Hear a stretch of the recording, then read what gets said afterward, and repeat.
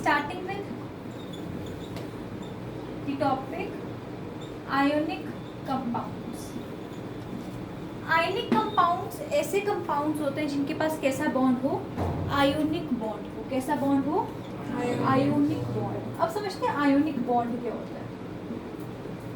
सोचो मैं और ऐशाना है, ठीक है.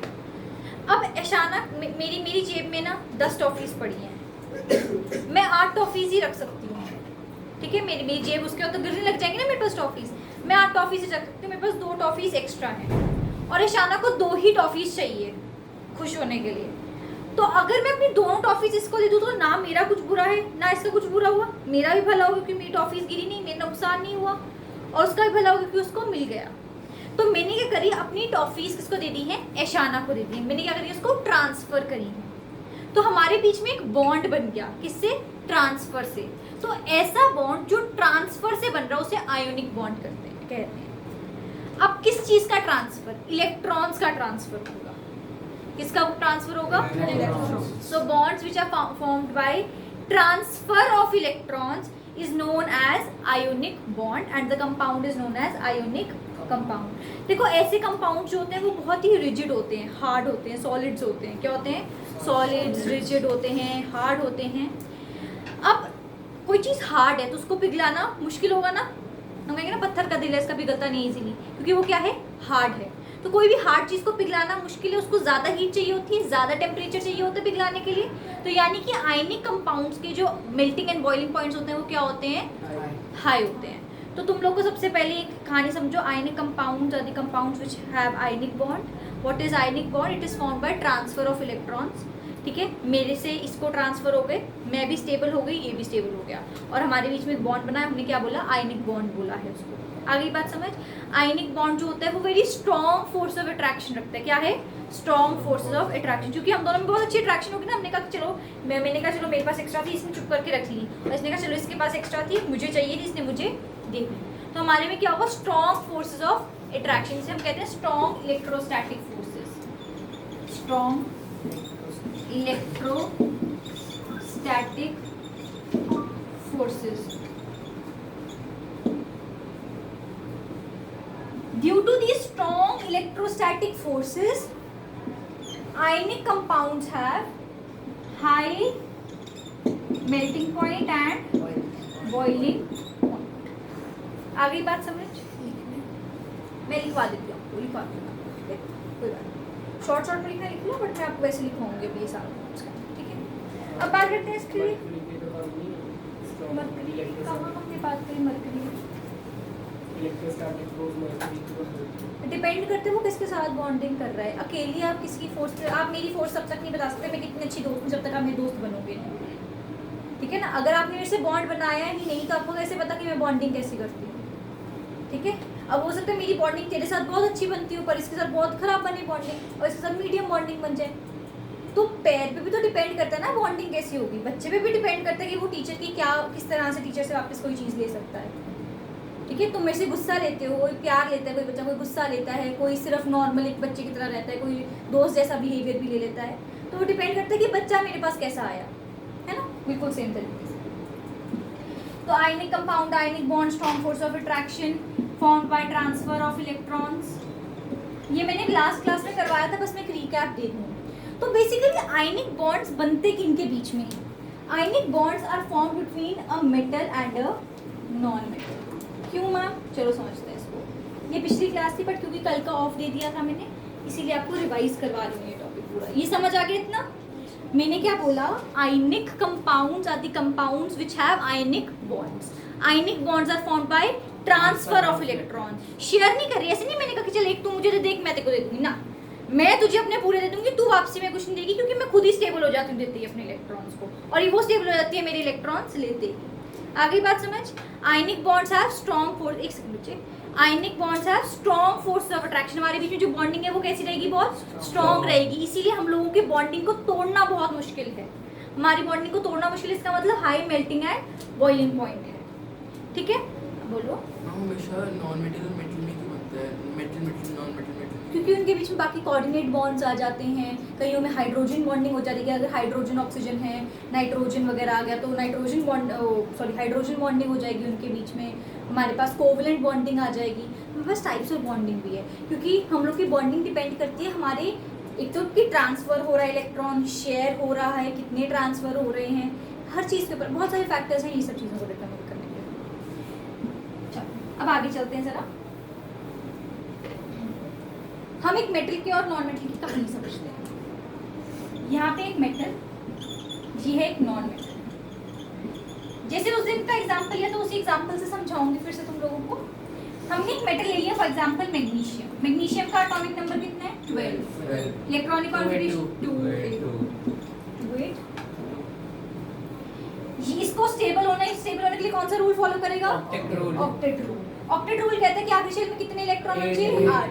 तो या तो ये 6 इलेक्ट्रॉन ले ले या ये 2 इलेक्ट्रॉन दे दे। 2 8 बना ले, 2 8 8 बना ले अपनी कॉन्फ़िगरेशन, है ना।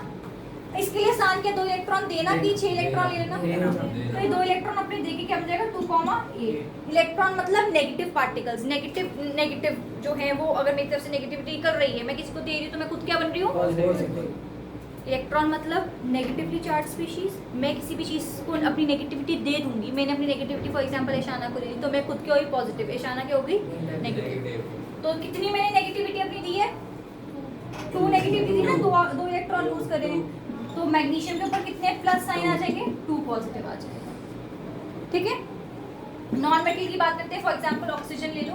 ऑक्सीजन का atomic number, electronic configuration stable कैसे हो सकता है? या तो 2 इलेक्ट्रॉन ले ले, या फिर ऑक्टेट रूल में हमने डुप्लेट भी पढ़ा था कि पहले अगर शेल में 2 इलेक्ट्रॉन हो जाए तो भी वो स्टेबल हो जाता है, मतलब या तो 2 हो जाए या 2,8 2,888 ऐसे करके हो जाए। आखिरी शेल में सिर्फ 2 इलेक्ट्रॉन ही आ सकते हैं, अगर सिर्फ 2 इलेक्ट्रॉन पूरे आ गए तब भी वो स्टेबल है, यानी कि 6 इलेक्ट्रॉन लॉस भी कर सकता है। आपको ये पता है कि मैं रिपीट कर दूँ एक बार डुप्लेट, बता दूँ एक बार डुप्लेट का, बता देती हूँ, सुनो। हमारे पास ना एक बंदा है ऑक्टेट रूल लेकर। ऑक्टेट रूल ने क्या कहा, हमारे पास ना इलेक्ट्रॉन्स जो होते हैं ना उनको डिस्ट्रीब्यूट करने का तरीका होता है। जितना मेरा एटॉमिक नंबर है ना उतने मेरे पास इलेक्ट्रॉन्स होते हैं, ठीक है। जितना एटॉमिक नंबर उतने इलेक्ट्रॉन्स। अब ऑक्टेट रूल कहते हैं, सोचो मेरे पास KLMN शेल है, उसने कहा K शेल में मैक्सिमम टू मैक्सिमम कितने इलेक्ट्रॉन रख सकती हूँ? 2 इलेक्ट्रॉन। कितने रख सकती हूँ? 2 इलेक्ट्रॉन। जैसे ही मैं 2 इलेक्ट्रॉन रख लूंगी, तीसरा इलेक्ट्रॉन मुझे किस में डालना पड़ेगा? इसमें डालना पड़ेगा, L में डालना पड़ेगा। चौथा इलेक्ट्रॉन भी इधर, 5वां भी इधर आएगा। मैं इसको भरती जाऊंगी जब तक इसमें कितने इलेक्ट्रॉन नहीं हो जाएंगे? 8। जैसे ही मुझे नेक्स्ट इलेक्ट्रॉन रखना होगा मैं कहाँ पर रखूंगी? यहाँ पर। आई बात समझ? तो ये हम लोगों को किसने बोला था, हम किसने बताया था? ऑक्टेट रूल है। अब इसको स्टेबल होना तो इसको आखिरी शेल में कितने चाहिए होंगे? 8 इलेक्ट्रॉन्स। कितने चाहिए होंगे? 8 इलेक्ट्रॉन्स। स्टेबल हो जाएगा। या तो इनमें 2 8 मतलब कहने का मतलब क्या है, 2 वाला भी स्टेबल है, 2,8 वाला भी स्टेबल है, 2,8,8 वाला भी स्टेबल है, 2,8,8,8 वाला भी स्टेबल है। क्या 8 वाला सिंपल स्टेबल है? क्योंकि आखिरी शेल में आ कितने सकते थे? 2 इलेक्ट्रॉन। पहले शेल में कितने आ सकते थे? 2 इलेक्ट्रॉन, ठीक है। तो या तो मैं 2 नंबर बना लूँ तो स्टेबल हो जाएगा, 2,8 वाला भी स्टेबल होता है, देखो, ठीक है ना। अब समझ आया? तो हम लोगों ने क्या करा, बेसिकली 2 इलेक्ट्रॉन ले लूँ कि 6 इलेक्ट्रॉन दे दूँ? 2 इलेक्ट्रॉन। आसान है वो काम करना। तो मैंने 2 इलेक्ट्रॉन का क्या करे? ले लिए। मैं किसी से नेगेटिविटी ले रही हूँ तो मैं क्या हो जाऊंगी? खुद भी नेगेटिव। तो कितने नेगेटिव होंगी मैं? 2 नेगेटिव। 2 नेगेटिव। 2 नेगेटिविटी ली तो 2 नेगेटिव हो गए। अब देखो, मैग्नीशियम के पास 2 एक्स्ट्रा इलेक्ट्रॉन थे, मतलब 2 उसने इलेक्ट्रॉन किसी को दिए थे, ऑक्सीजन ने 2 इलेक्ट्रॉन लिए हैं। मतलब मेरे पास 2 टॉफीज थी, मैंने अपनी 2 टॉफीज किसको दे दी? ऐशाना को दे दी। ऐशाना भी खुश, मैं भी खुश, हम दोनों बीच में क्या बन जाएगा? आयोनिक बॉन्ड बन जाएगा। आई बात समझ? जो इलेक्ट्रॉन मेरे मेटल लूज करते हैं वो इलेक्ट्रॉन मेरे नॉन मेटल्स गेन कर लेते हैं। तो क्योंकि ये इलेक्ट्रॉन को लूज कर रहे हैं तो ये अनायन बना रहे हैं कि कटायन? कटायन मतलब कटा हुआ आयन, मतलब पॉजिटिव। ये पॉजिटिव बनाते हैं ना, तो metals are always cations, non metals are always anions. Metal जो इलेक्ट्रॉन लूज कर रहे हैं वो कौन गेन कर रहे हैं? Non metals. अब ये इलेक्ट्रोपॉजिटिव है कि इलेक्ट्रोनेगेटिव? पॉजिटिव, क्योंकि इनमें क्या आ रहा है चार्ज? पॉजिटिव। ये इलेक्ट्रोपॉजिटिव है, इलेक्ट्रोनेगेटिव? इलेक्ट्रोनेगेटिव। आगे बात समझ, कहानी समझ आई पूरी? अच्छा एक चीज और समझ लेते हैं इसके बीच में। फॉर एग्जाम्पल मेरे पास मैग्नीशियम था, इसने 2 इलेक्ट्रॉन देने थे। अब ऐशाना गुरनूर दोनों बैठे हैं। गुरनूर कहती मुझे भी सिर्फ एक ही टॉफी चाहिए स्टेबल होने के लिए, ऐशाना कहती मुझे भी सिर्फ एक ही टॉफी चाहिए स्टेबल होने के लिए। तो मेरे पास कितनी है? 2। मैंने एक इसको दे दी, एक इसको दे दी, तो मेरे पास दोनों के साथ बॉन्डिंग बन गई। आई बात समझ? ये एग्जांपल से समझते हैं क्लोरीन के। क्लोरीन का एटॉमिक नंबर 2,8,7। डन। कितने इलेक्ट्रॉन चाहिए स्टेबल होने के लिए? 1 इलेक्ट्रॉन। इसको 1 इलेक्ट्रॉन चाहिए स्टेबल होने के लिए। अब मेरे पास मैग्नीशियम कितनी है? 1 मैग्नीशियम कितने इलेक्ट्रॉन दे सकता है? 2। मैग्नीशियम कितने इलेक्ट्रॉन दे रहे हैं? 2। क्लोरीन तो 1 ही है, तो मेरे को मतलब कितने और क्लोरीन आने पड़ेंगे? 1 और क्लोरीन, मतलब टोटल कितने क्लोरीन चाहिए होंगे मुझे? 2। आई बात समझ? मैग्नीशियम के पास 2 इलेक्ट्रॉन है देने को, वो 1 क्लोरीन को देगी कुछ, वो कहेगा ऐशाना अपने जैसे एक और ऐशाना लिया या तो तभी मैं स्टेबल करूंगा। ठीक है, अब एग्जांपल कैसे समझाया था मैंने? मैं मैग्नीशियम, मेरे को मैग्नीशियम समझ के चलना, 2 पॉजिटिव वाला। ठीक है, मेरे पास 2 इलेक्ट्रॉन एक्स्ट्रा है, मुझे किसी को 2 इलेक्ट्रॉन देने हैं। ऐशाना आई, ऐशाना ने अगर तो मुझे कहा कि मुझे 2 इलेक्ट्रॉन लेने, जैसे ऑक्सीजन बन के आई, तो मैं अपने दोनों इलेक्ट्रॉन सीधा दे दूंगी, बात ही खत्म हो गई। बट फॉर एग्जाम्पल क्लोरीन, अब ऐशाना कहती भाई मुझे चाहिए 1, तो मैंने कहा ऐशाना अपनी जैसी एक और ऐशाना लिया मेरे पास, तो मैं दोनों को 1-1 इलेक्ट्रॉन दे दूंगी, मैं भी खुश, दोनों ऐशाना भी खुश। तो इसीलिए मैग्नीशियम ऑक्साइड का फॉर्मूला MgO होता है और मैग्नीशियम क्लोराइड का फॉर्मूला MgCl2 होता है। क्यों? क्योंकि मैग्नीशियम जो है वो 2 क्लोरीन को इलेक्ट्रॉन दे रहा है, पर मैग्नीशियम जो है वो 1 ऑक्सीजन को इलेक्ट्रॉन। आई कहानी समझ आ गई? समझ आया? डन? आसान था? ठीक है, अब हम लोग क्या करेंगे, आयनिक बॉन्ड्स के ऊपर आपको क्वेश्चन आता है कि इसकी पूरी बॉन्डिंग बनाकर दिखाओ। आपको कोई भी कंपाउंड दिया जाता है पेपर के अंदर, उसकी बॉन्डिंग पूरी बना के दिखानी होती है, तो मैं आपको तरीका बताऊंगी कि आंसर कैसे लिखना है आपको। ठीक है, चलो स्टार्ट करते हैं इसके एग्जाम्पल्स। ये सब तो चलो, मैम 1 मिनट, जो आपने अभी बोला था मैं एक बार